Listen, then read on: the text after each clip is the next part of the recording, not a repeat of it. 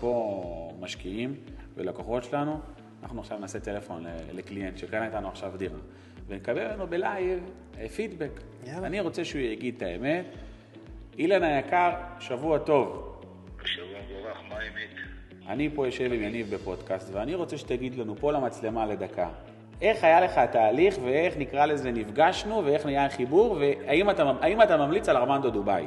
קודם כל, לפני ההמלצה, חייב לציין על שתי אנשי שירות תותחים.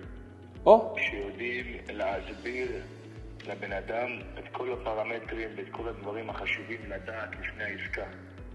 שזה יותר חשוב לפני העסקה עצמה. זוכר מה אמרתי לך בטלפון? אם אתה לא מבין מה זה דובאי, המספרים לא מעניינים, זוכר? נכון מאוד. קודם כל להבין לאן אתה נכנס, לאן אתה ניגש, הם יודעים לגשת ולהסביר את הכל כמו שצריך.